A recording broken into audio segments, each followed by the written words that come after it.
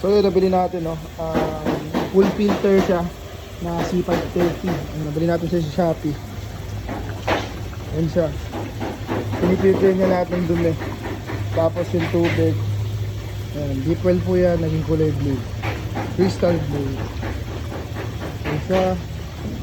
C530. Yan pala yung sukat ng pool namin. 3 meters by 2 meters. Yan siya.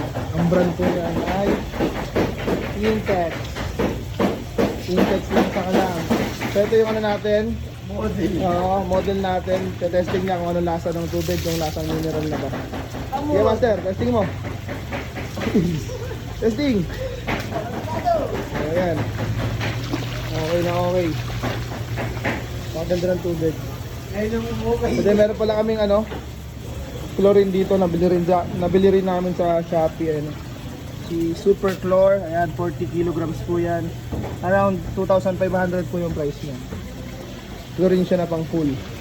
Okay, master, testing.